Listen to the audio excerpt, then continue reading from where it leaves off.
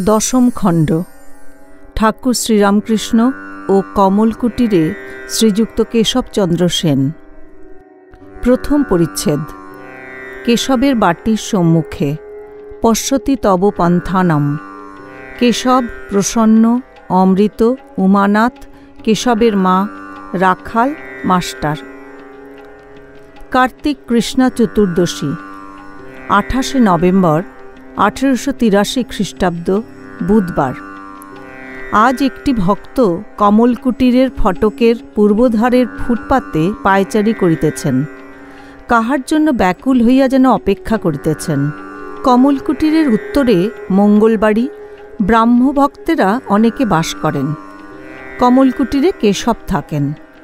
তাহার পীড়া বাড়ি আছে। অনেকে বলিতেছেন এবার বোধহয় বাঁচিবার সম্ভাবনা নাই। শ্রীরামকৃষ্ণ কেশবকে বড় ভালোবাসেন। আজ তাহাকে দেখিতে আসিবেন। তিনি দক্ষিণেশ্বর কালীবাড়ি হইতে আসিতেছেন। তাই ভক্তটি চাহিয়া আছেন কখন আসেন। কমলকুটির সার্কুলার রোডের পশ্চিম ধারে। তাই রাস্তাতেই ভক্তটি বেড়াইতেছিলেন। বেলা 2টা হইতে তিনি অপেক্ষা করিতেছেন। কত লোকজন যাইতেছে তিনি দেখিতেছেন। রাস্তার পূর্বধারে ভিক্টোরিয়া কলেজ।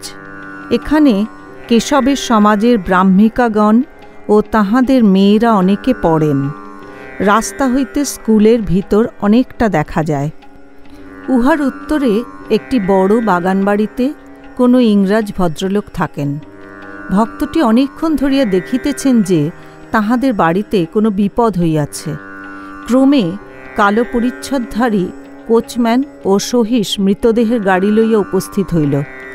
1.5 ঘণ্টা 2 ঘণ্টা ধরিয়া ওই সকল আয়োজন হইতেছে। এই মর্তধাম ছাড়িয়া কে চলিয়া গিয়াছে, তাই আয়োজন। ভক্তটি ভাবিতেছেন কোথায়, দেহত্যাগ করিয়া কোথায় যায়। উত্তর হইতে দক্ষিণ দিকে কত গাড়ি আসিতেছে। ভক্তটি একবার লক্ষ্য করিয়া দেখিতেছেন তিনি আসিতেছেন কি না। বেলা প্রায় 5টা বাজিল। ঠাকুরের গাড়ি আসিয়া উপস্থিত। সঙ্গে লাটু ও আর 2-1টি ভক্ত, আর মাস্টার ও রাখাল আসিয়াছেন। কেশবের বাড়ির লোকেরা ঠাকুরকে সঙ্গে করিয়া উপরে লইয়া গেলেন।